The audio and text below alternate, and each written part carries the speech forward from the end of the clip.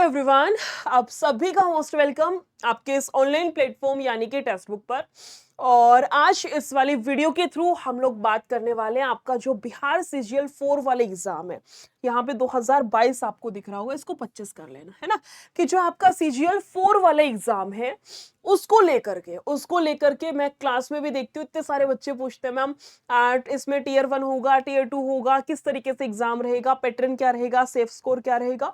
बहुत सारे ऐसे बहुत सारे डाउट्स आपके दिमाग में है ना सीजीएल 4 एग्जाम को लेकर के। और आपको पता है बहुत जल्दी इसका नोटिफिकेशन भी आने वाला है, तो एक बार डिटेल में एक्सप्लेन कर लेते हैं, डिटेल में चीजों को समझ लेते हैं कि कैसे क्या कुछ आपका एग्जाम पैटर्न और सारी चीजें आपकी रहने वाली है। सबसे पहले अगर मैं बात करूं तो आपका नाम एग्जाम का नाम है बीएसएससी सीजीएल 2025, या फिर मैं कह सकती हूं कि आपका बिहार एसएससी सीजीएल 4 नाम से है। अगर मैं बात करूं एग्जाम आपका ऑनलाइन रहेगा, वैकेंसी आपकी 1481 है। सीजीएल 4 इसलिए है क्योंकि 2025 में हो रहा है। जब पहली बार एग्जाम कंडक्ट हुआ था तो सीजीएल 1, उसके बाद सीजीएल 2 हुआ, फिर सीजीएल 3, अभी सीजीएल 4। अगली जब ये वैकेंसी आएगी तो सीजीएल 5 के नाम से आएगी। आगे चलते हैं, नंबर ऑफ क्वेश्चंस इसमें आपके 150 यानी कि 150 रहने वाले। टोटल मार्क्स आपका 600 यानी कि मैं कह सकती हूँ 150 नंबर, 150 क्वेश्चन है, एक क्वेश्चन आपका 4 अंक का रहेगा, तो 150 गुना 4 टोटल 600 अंक का आपका एग्जाम रहेगा। बोला भी गया कि 1 नंबर का आपका पेपर है और नेगेटिव मार्किंग भी रखी गई 1/4 की, यानी कि आपका 1 नंबर अगर गलत क्वेश्चन करते हो तो डिडक्ट हो जाएगा, कट जाएगा, एक आपका नेगेटिव मार्किंग है। टाइम मिलेगा 2 घंटा 15 मिनट का, टाइम मिलेगा आपको 2 घंटा, यानी कि मैडम 120 135 मिनट का, 120 और यहाँ 135 मिनट का समय आपके पास रहेगा। 2 घंटा 15 मिनट, सवा 2 घंटा। एग्जाम प्रोसेस की बात की जाए जो कि सबसे ज्यादा कंफ्यूजिंग पॉइंट है, तो इसमें आपका प्री प्लस मेंस 2 एग्जाम होंगे। प्री प्लस मेंस 2 एग्जाम आपके रहने वाले हैं। कट ऑफ कैसे बनेगी, फिर प्री के हिसाब से मेंस का क्या रूल रहेगा, सारा सब कुछ एक बारी डिटेल में देख लेते हैं। अगर मैं बात करूं आपका सीजीएल सिलेक्शन प्रोसेस की, Bihar staff selection commission will be recruiting candidates for different vacant post based on 2 stage, जिसमें आपका प्री होगा, मेंस होगा। Only those students who qualify the pre exam will be eligible for the mains examination. जिनका pre clear होगा सिर्फ वही students हैं जो कि मेंस एग्जाम के लिए भी जाएंगे। बोला गया है BSSC CGL is expected to short list the applicants in the ratio of 1:5 considering the total number of available vacancies। जितनी आपकी वैकेंसीज हैं उसके 5 गुना बच्चे जो हैं वो मेंस एग्जाम के लिए क्वालिफाई होंगे। जितनी वैकेंसीज हैं आपकी 1481 वैकेंसीज हैं, है ना, 1500 मान लो, 1500 का 5 गुना, नियर बाय से बता रही हूँ, इतने वैकेंसीज जो हैं यानी कि आपकी टोटल वैकेंसीज का 5 गुना स्टूडेंट्स को मेंस के एग्जाम के लिए बुलाया जाएगा। एग्जाम प्रोसेस और इन सब की मैं बात करूं तो बोला गया है प्री के एग्जाम में आपका the BSSC CGL pre exam is the qualifying exam, ये आपका क्वालिफाइंग रहेगा। For the CGL pre student will get 2 hours and 15 minute, ये मैंने आपको बता दिया। 4 मार्क्स का एक क्वेश्चन रहेगा, एक आपका नेगेटिव मार्किंग है, मैंने बता दिया। Candidates qualifying for CGL pre will be eligible for CGL mains, ये भी मैंने आपको बता दिया है। अब मेन बात करते हैं मैम हमारा एग्जाम पैटर्न क्या रहेगा। तो एग्जाम पैटर्न में देखिए आपका जो जनरल स्टडीज जीके जीएस आएगा, जीके जीएस आपका आएगा 50 क्वेश्चन है 200 नंबर के। उसके बाद आपका general science and maths, science और मैथ मिला करके, साइंस प्लस में मैथ्स मिला करके आपका 50 क्वेश्चन, 50 क्वेश्चन 200 अंक के। और यह है कॉम्प्रिहेंशन, लॉजिकल रीजनिंग और मेंटल एबिलिटी, यहां से आपके आएंगे 50 क्वेश्चन 200 अंक का, टोटल 150 क्वेश्चन, 600 मार्क्स का पेपर, 2 घंटे 15 मिनट की आपकी एग्जाम टाइमिंग इसमें रखी गई है। आगे चलते हैं इसी के साथ साथ कि मैम ये तो प्री है और अब मेंस का क्या कुछ रूल है तो वो भी बता देती हूँ।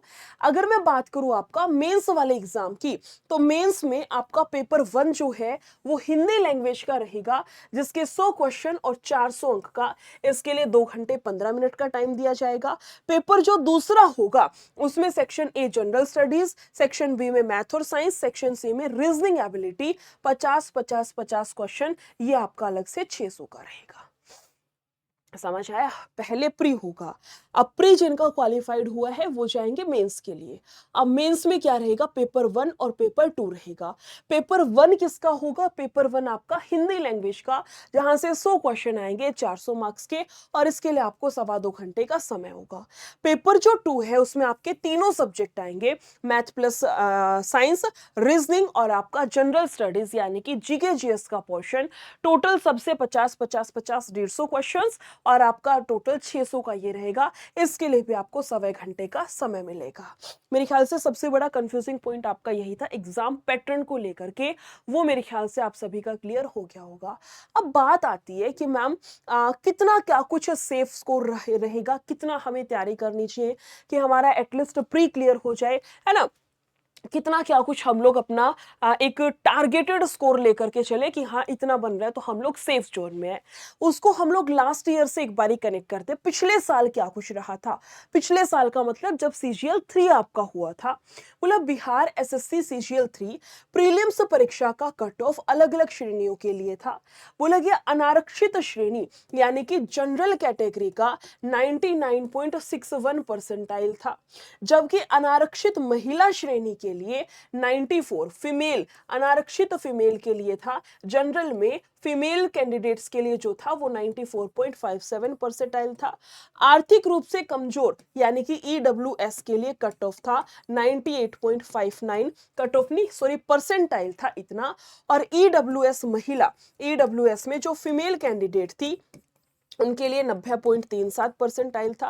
पिछड़ा वर्ग उसके लिए क्या रहेगा, ओबीसी, इसके लिए थी 99.01 परसेंटाइल था।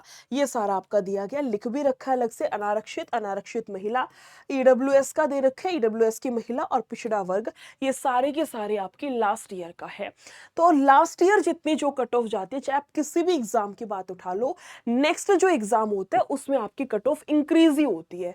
इंक्रीज होने का रीजन क्या है, इंक्रीज होने के पीछे रीजन आपका इतना सा है, क्योंकि आप भी समझते हो, एक तो आपकी नंबर ऑफ वैकेंसीज हर साल कुछ ना कुछ डिक्रीज होते हुए ही चल रही है ना। कभी ऐसा रेयर ही होता है कि नंबर ऑफ वैकेंसी आपकी बढ़ रही हो, कुछ ना कुछ परसेंट आपकी वैकेंसीज डिक्रीज होती हैं। प्लस जो बेरोजगारी का लेवल है, या मैं कहूँ जो नंबर ऑफ स्टूडेंट्स हैं, जो आपके कॉम्पिटिटर्स हैं, वो हर साल बढ़ता ही जा रही है उनकी संख्या। तो दोनों ही फैक्टर हैं, वैकेंसीज का डिक्रीज होना और स्टूडेंट्स की संख्या का बढ़ना, इन दोनों फैक्टर्स की वजह से आपकी जो कट ऑफ है वो हर एग्जाम में कुछ ना कुछ इंक्रीज ही हो रही है। अगर हम बात करें मैम कितने क्या कुछ क्वेश्चंस है, टोटल 400 क्वेश्चंस है, मैं प्री की बात कर रही हूँ, है ना। तो देखो 400 क्वेश्चंस में से अगर हम सीजीएल 1 की बात करें तो आपका 342 क्वेश्चन वाला सेफ स्कोर था।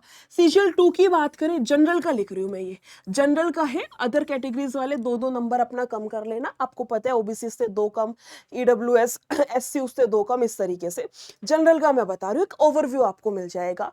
अगर मैं बात करूं सीजीएल 1 की तो 342 वाला सेफ स्कोर में था, 400 में से बता रही हूँ। सीजीएल जब सेकंड आया तो आपका 348 हो गया।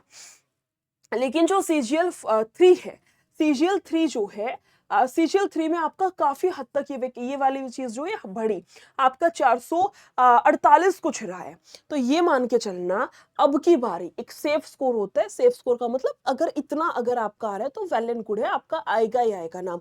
अब कहने को तो मैं 450 वाले को भी बोल सकती हूँ, आप 450 अगर गेन कर रहे हो तो अच्छा गेन कर रहे हो, है ना। एक सेकेंड रुकना, अच्छा 600 का है ना, सॉरी मैंने 400 गलती से बोल दिया कि 400 का एग्जाम है, मैंने गलती से बोल दिया, आई एम सॉरी। एग्जाम आपका 600 का है, अभी अभी तो मैंने बताया था 200 200 के तीनों सब्जेक्ट हैं, टोटल आपका 600 का है ना।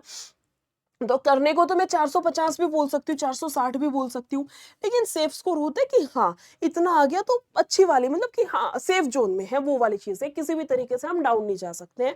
मान के चल लो 470 से 490 के बीच में अगर आपका स्कोर बन रहा है तो अपने आप को सेफ स्कोर मान सकते हो कि हाँ आप अच्छा कर रहे हो, थोड़ी सी और इम्प्रूवमेंट की जरूरत है, बाकी आप अच्छा कर रहे हो, ये वाली चीज आप यहाँ से लेकर के चल सकते हो, ठीक है।